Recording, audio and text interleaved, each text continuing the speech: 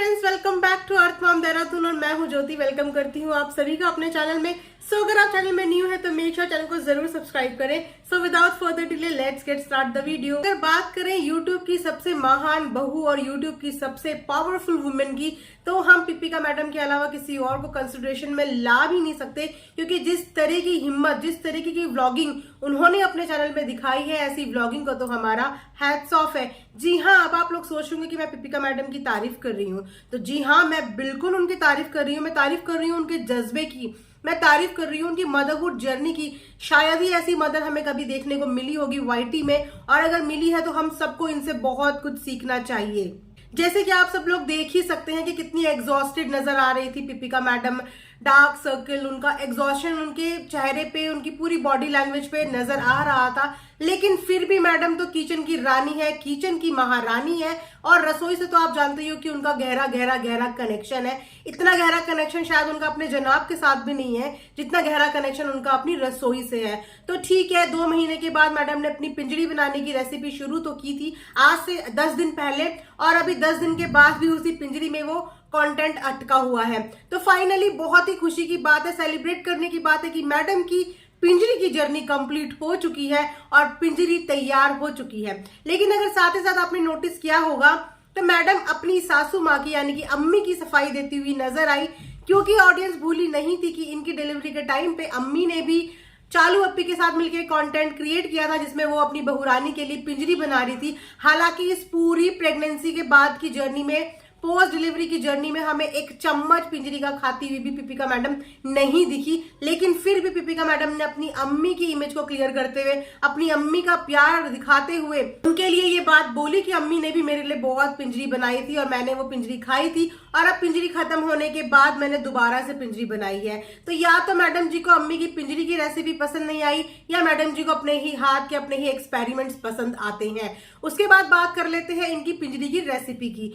जैसे कि आप लोग जानते ही हो कि ड्राई फ्रूट्स के साथ साथ पिंजरी का एक मेन इंग्रेडिएंट होता है व्हीट, यानी कि गेहूं।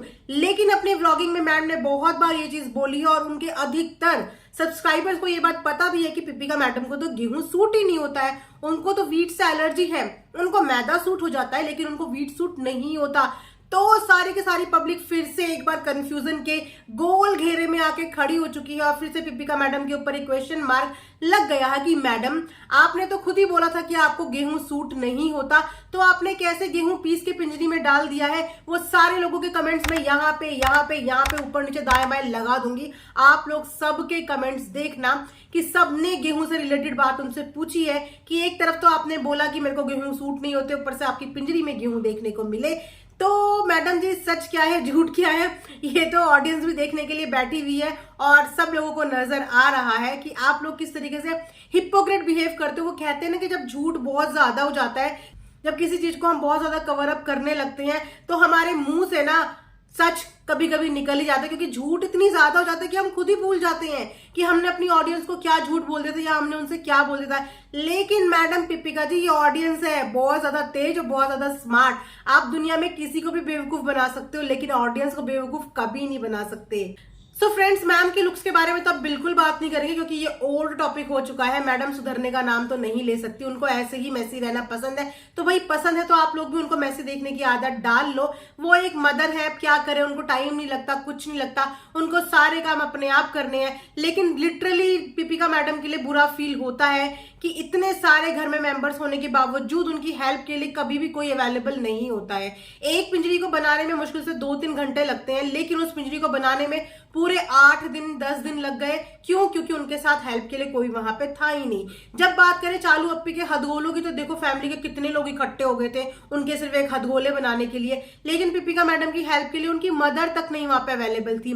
जहां पे अपनी मदर की पिंजरी की तारीफ करते हुए उन्होंने क्या बोला कि मैंने अपनी मम्मी को ऐसे ही पिंजरी बनाते हुए देखा है। तो अब की बार मम्मी ने आपके लिए पिंजरी क्यों नहीं बनाई, जबकि आपकी मम्मी तो यहाँ पे अवेलेबल भी है आपके लिए? तो जब आपने अपनी रेसिपी ही अपनी मम्मी से सीखी थी, तो मम्मी को ही आके आपके लिए बनाना चाहिए था ना।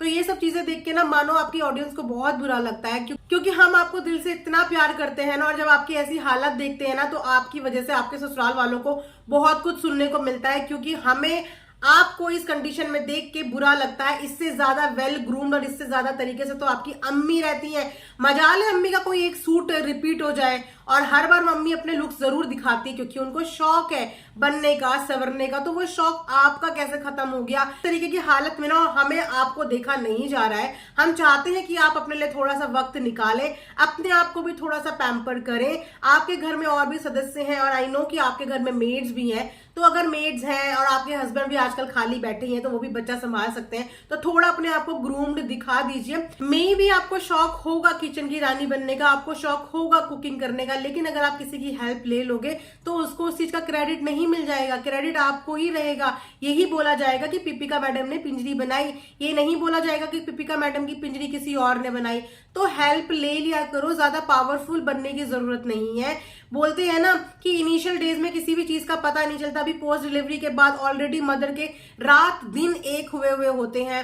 रात को ढंग से सोना नहीं मिलता, दिन में ढंग से सोना नहीं मिलता, और उसमें अगर आप अपने ऊपर ओवरलोड भी ले लेंगी हर चीज का, तो मैडम ये आप ही की सेहत के लिए ठीक नहीं है। भले ही आपको अभी इस चीज की फीलिंग नहीं आ रही हो, लेकिन आने वाले 5-10 साल के बाद ना आपको ये फीलिंग आने लगेगी और फिर आप इस चीज के लिए रिग्रेट करोगे कि काश मैं ये बात पहले सुन लेती, काश मैं ये बात पहले समझ लेती।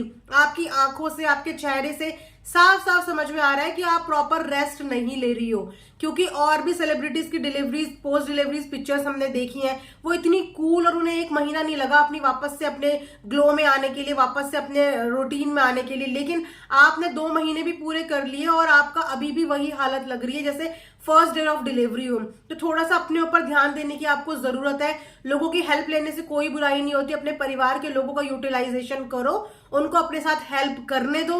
हर चीज में महारानी बनके, पावरफुल वुमेन बनके, सुपर वुमेन बनके कुछ नहीं मिलने वाला। आप सिर्फ और सिर्फ अपनी हेल्थ के साथ खेल रहे हो। सो ये था मेरा आज का एक रिएक्शन। आई होप कि आप लोगों को पसंद आया होगा। पसंद आया होगा चैनल को लाइक एंड सब्सक्राइब जरूर करें। Thanks for watching earth Mom Dehradun.